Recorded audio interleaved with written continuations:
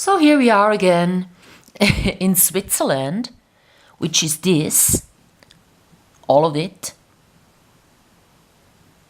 Well, just the east and a lot of the south. So I wanna get a felt pen and then I wanna just go through a few maps with you. Okay? So I'll be back.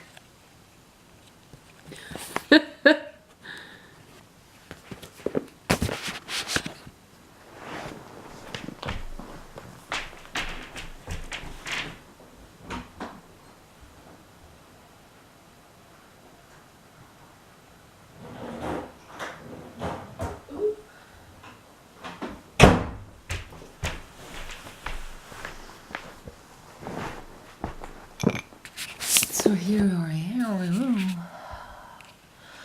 So if you look at this, and this being Switzerland, what we can say about Switzerland is it's a country with mountains and lakes. And the north is totally flat, and the south has too many mountains, too high up to live in. So my hometown is this one, where there is a real famous cathedral, a Baroque cathedral, and also a library with old books. People, if they go to St. Gallen, should really go and see these two things and then just not go to the textile museum or use the little cable car to go up into the hills and be swimming in these 3 lakes we have up there, but rather take the 15 kilometers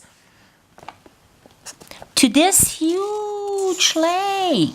Part of it is German, but it's really so nice being there. You have a wonderful view, especially if you go to a place near Rorschach, would be somewhere here, and then driving up towards Amriswil, you pass by a place you can tell by looking outside, where you have a lot of seagrass, and it's just nice walking around there. So you should really do that instead of wasting a lot of time at St. Gallen itself. So then I went to school in this city, which is the financial capital, Zurich. And here again you have a lot of museums. And you have the lake. So I would say if you go there, you have this rich region of the lake where it's really nice going with a boat from Rapperswil all up to Zurich, 2 hours. If you cannot experience the lake that long, you should go from Meilen over to Horgen, or the other way around. So you got a little bit of lake experience right there. So the museum Riedberg has cultural stuff. The art museum has art you can see in every other museum on the world. I tell you, it's one of these Noah's Ark museums, the art museum in Zurich, that you find in every other city on the world, at least in Europe. So you don't need to see the art museum or the constructive art museum or the concrete art museum or the architectural or design museum. There are 50 to 100 different museums. But if you go to the Riedberg Museum, you see culture from all over the world. You see Shiva and this and that, and it's located on this sort of poor side of the lake. And the thing is, you know, the sun sets here. So when you have the sun setting here, and this being the south, and this both of it being hills, what you get is a lot of sun on this ridge side. But if you walk from Zurich Bellevue, which is right here, all like until here, you can walk. And then that would be like the end of Zurich. It's kind of boring. You don't really... For seeing the sunset, the sundown, excuse me, is nice. But this other side is much nicer to walk, nicer people, less criminality and stuff. And then also you end up at a Red Factory, or you can even go and sleep for 10 Swiss francs at the camping. But if you just walk until the Red Factory, there you meet nice people, you have a nice kind of place where you can just rest and look at the lake and stuff, you know. And on this side too, you have the museum Riedberg. So it's a historical historism. Architecturally, the architecture is a mix between lots of different styles. That's called historism. And the park has a collection of, you know, imported trees, and it's nicely set. So the rich ones have been living up there, and now it's a museum. They built some this and that, so it's now really like, you know, a posh museum where you have this old structure of this historism building and then some glass pavilion added to it. So I would really recommend you go there. From all the museums, if I had to choose, I would go there. And then I would go to see the Long Street, where the whores are, like on Saturday night. It's really vivid place to go and have a kebab. There's just one kebab place you need to go. So you go to a place that's called Limmat Platz. That's just at the very start of this long street. And then you walk all through this long street and you get to know Zurich as it is. Some whores, some drug dealers, some hustlers, some posh dressed hipsters, you know, different cultures. There is one real famous kebab, open all night. It's on the other side of the street. When you have found McDonald's, you just go to the other side and like really having a kebab there. Or buy milk. I used to buy milk there, like real expensive milk, because I didn't make it to the shop. I had to buy it there. And also it's a nice place. Like when you go there, you tend to meet someone you know. Yeah. It's just that kebab to go to.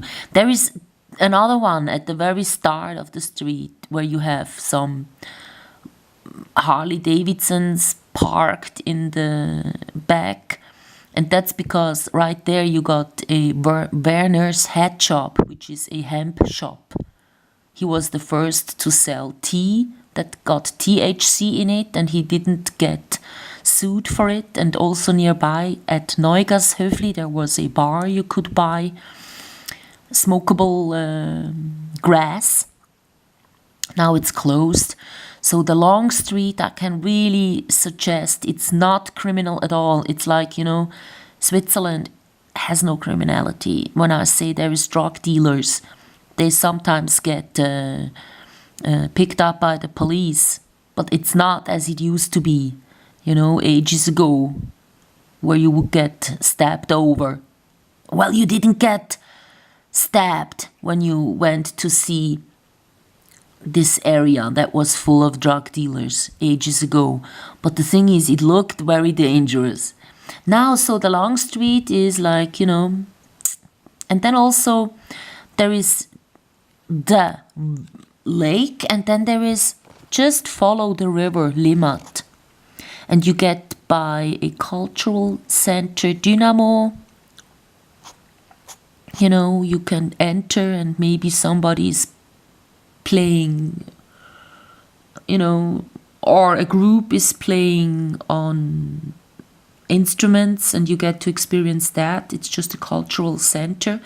And on the right side of Limmat, the river, you will find not just the elephant steps at Wipkingen, which is the very end where I would suggest you go, or even further to a place that's a outdoor swimming region.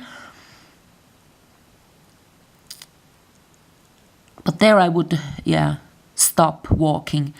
You really pass by a lot of so-called community places where you can buy cheap coffee, or you will pass by another outdoor swimming place where people play, there is outdoor bars, and you will just see what it is when you pass by during summer time. That one is really something I would recommend, because walking alongside the lake, you will just see a lot of tourists and people from Zurich grilling. There is outdoor grilling stations, 2 or 3, and on the other side as well, people laying around and,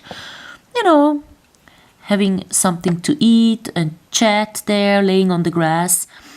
Alongside the river, it's like you find a bar, net lanterns, inviting chatter. You sit, you have cold drink. Then is people playing badminton. You may join if you want. Then you continue. You find the elephant steps just beside the river, and you can sit there. Everyone has a good view because it's those steps facing the river. You continue.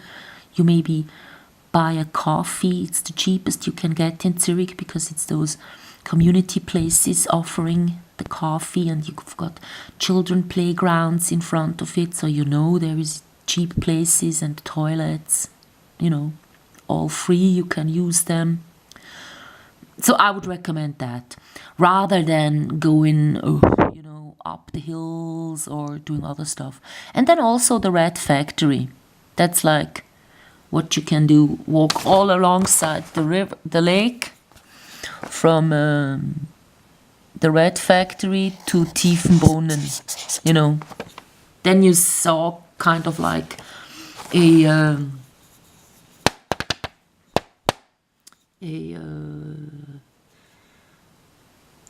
mix of what Zurich can be like.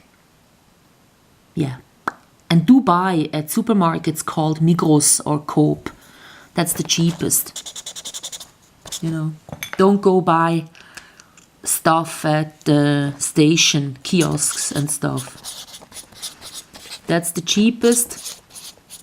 That one is always a few reps more expensive, but these 2 shops I would recommend.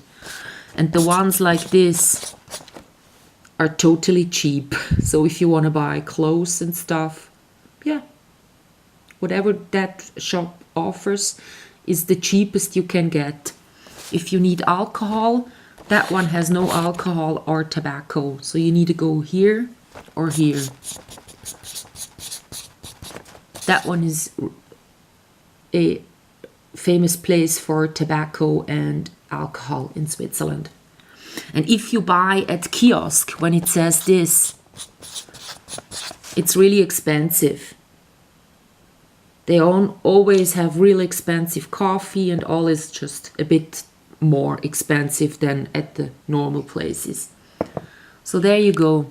A Swiss map by me. Bye bye.